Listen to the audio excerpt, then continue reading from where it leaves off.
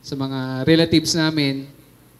Maraming salamat at kayo ang isa sa mga naging dahilan kung bakit naging kumpleto yung araw namin. And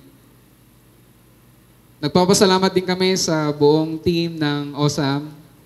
Super salamat kay Sir Mark, kay Mama Sil, kay Sir Titus, sa lahat ng mga sa mga coordinators, sa lahat ng nag-catering. Maraming salamat po dahil nagpagamit po kayo sa Panginoon upang i-deliver ng maayos yung araw po namin. We would like this wedding to be a celebration of God's love and faithfulness sa aming mag-asawa. Wow!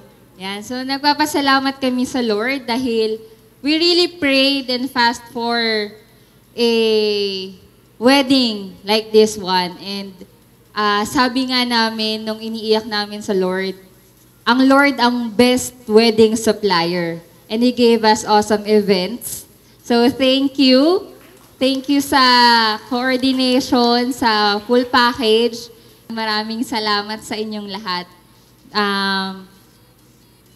Kala Ma'am Azil, thank you. Ayun, kala Sir Titus, Sir Mark, salamat po. To God be all the glory. Salamat po.